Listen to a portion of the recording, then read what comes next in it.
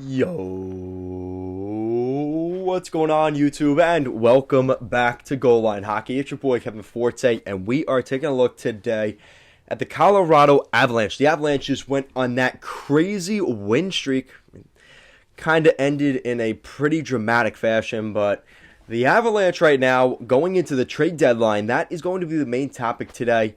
After their incredible run, I think Joe Sakic is pretty comfortable saying we are probably a contender this year. We could potentially not only win the Central Division, but we have a chance to do some real damage in the Stanley Cup playoffs. So we'll take a look at that today. So the Avalanche warning. This was from Puck Report NHL during their win streak. The Avalanche finished January 15-0-1. 66 goals, which is over 4 goals per game. They had more wins this month alone than the Arizona Coyotes, the Buffalo Sabres, the Montreal Canadiens, the Ottawa Senators, the Philadelphia Flyers, and the Seattle Kraken have all season. So in the month of January, they have more wins than those 6 teams throughout the entire schedule so far. Since October, November, right? Absolutely incredible. So the Avalanche, it's pretty clear. They are a contender. They will be looking to add at this year's deadline. Now look at some guys around the league that could be nice additions. I think this is something where the Avs are probably looking at a third-line center, a guy that's a second-line center on another team in the league, but a guy that can fit the third line for the rest of this season. And you look at the list of guys they already have. This team is solid. You look at what they've got. You have Mikko Rantanen, Nazem Kadri, and JT Compher. Now, let's be honest. We all know how this really is. It's probably Nathan MacKinnon, Kadri, and Compher, as McKinnon's out with his head injury from last week. So you have McKinnon, Kadri, and Compher. That's a pretty solid group there. But the Avalanche aren't satisfied. They want to add another player to that list. So here are 2 names in particular that I think the Avalanche, well, 3 names in particular, I think the Avalanche could really be looking to gun after. So the first name, we've heard very limited talk about this player. He was selected from the Avalanche in the expansion draft, and that is Joonas Donskoi. So they'd be going back to a guy who's been in the organization. He's been with the organization for 2 seasons. He spent from 2019 up until 2021. He played over 100 games. 112 games with the Colorado Avalanche in 2 seasons. But he's had a really rough season, his first season in Seattle. He has 14 points in 43 games, yet he has yet to score a goal for the Kraken. So it's been a rough campaign for him. His contract ends next year. He's getting paid $3.9 million per season. So Joonas Donskoi would be a nice addition there. He's a Finnish guy, which a lot of these Avalanche are. So he does kind of fit the mold there. Yet the problem is he's filling a need for them. Maybe he could jump to the wing and on the third pair, on the third line, but he's not necessarily a center. So that's the one thing that you have to look at. He's the cheapest option of the 3. But also you have to look at the fact that he's probably not going to bring the same edge, the same game. And like I said, positional-wise, he's not a center like these other 2 guys. Now, the next name is kind of an interesting one because Claude Giroux, when Travis Konecny came to the Flyers, Giroux was no longer a center. He played a lot of wing in his NHL career, but he's played center again this season and into 2022. He has been a center, so he could fill that void there for the Colorado Avalanche. He's making $8.275 million on the final year of his deal. That contract does end this summer. He will be an unrestricted free agent. He just turned 34 years old, so pretty old dude there, but he does fit the mold. He fits the mold of what the Avalanche can add in terms of veteran leadership. He's been the captain of the Flyers now for a decade. And he also fits the mold because of the experience. I mean, he's going to be playing in 1,000 NHL games. He's 16 games away from that, so he will get that 1,000 game, I guess you call it the silver stick or whatever that is. he will be getting that this season. And maybe for the Colorado Avalanche, that would be kind of interesting, right? So there's definitely going to be some reason to believe that could be on the table. The only problem is, well, it's not a problem necessarily. He has 35 points in 41 games this season for the Flyers, a bad Flyers team that just went on a franchise record-breaking 13-game losing skid. And he's still producing. He picked up 2 goals in a game against the Sabres. Like, Claude Giroux is still the real deal. So there is going to be a lot of value put on him.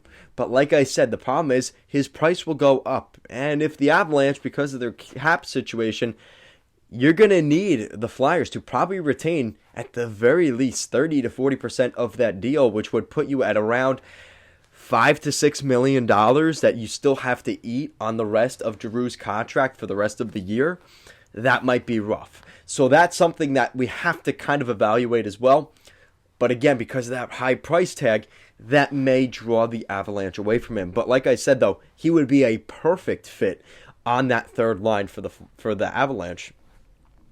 Now, here's another interesting name. And like I said, the Giroux stuff, he has been linked to the Colorado Avalanche in different reports.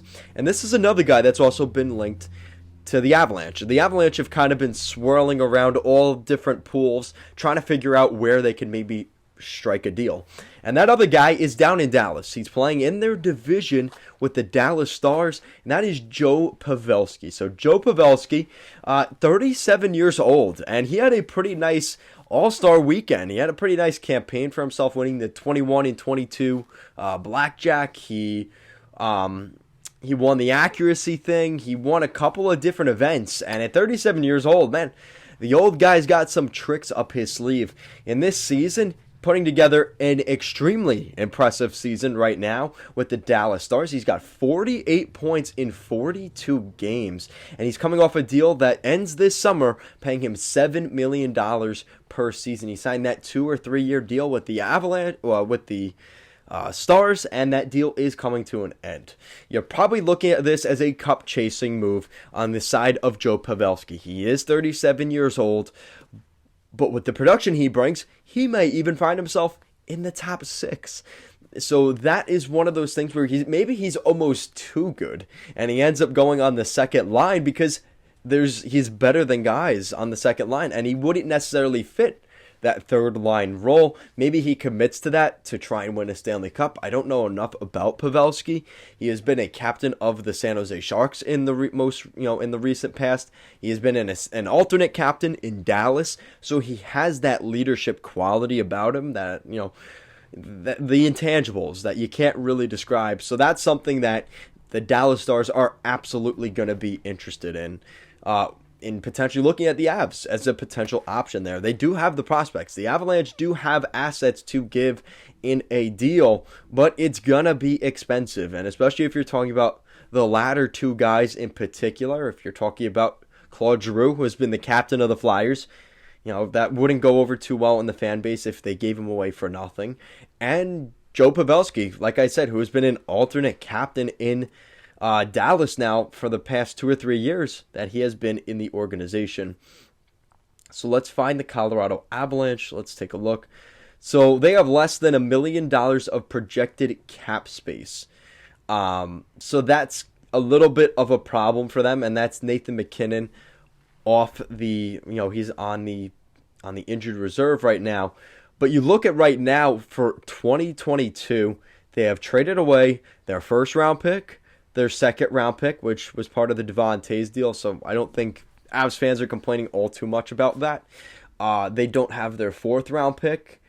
So 3 of their top 4 rounds of draft picks are gone already, and we aren't in the deadline. So that means this year's third round picks on the table, next year's third round picks on the table, their second round pick and first round pick are still available. And like I said, they traded their 4th round pick in 2023, and in 2024, yes, 3 drafts from now, they have traded their 3rd round pick. So the Avalanche have gone all in here trying to win a Stanley Cup. So it's going to mean prospects probably have to get thrown in a deal, and I don't know how comfortable they are with who they're willing to trade.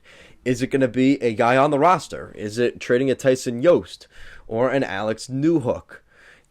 Is it one of those guys? Are we looking at a guy maybe further in their development or a little bit younger, a Sampo Rata, an Oscar Olesen, who was a first-round pick of the Avs last season, Martin Kaut, Shane Bowers, he was a big part of the Matt Duchene trade, Justin Barron, if you're looking at defense, Roland McEwen.